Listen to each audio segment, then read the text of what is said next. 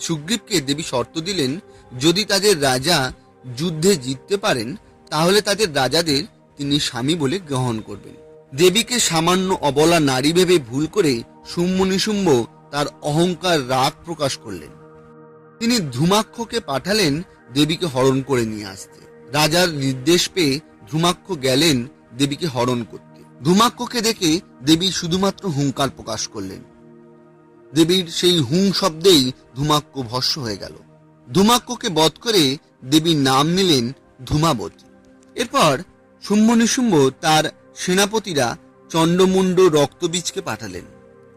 দেবী অনায়াসেই চণ্ডমুণ্ড রক্তবীজকে হত্যা করলেন।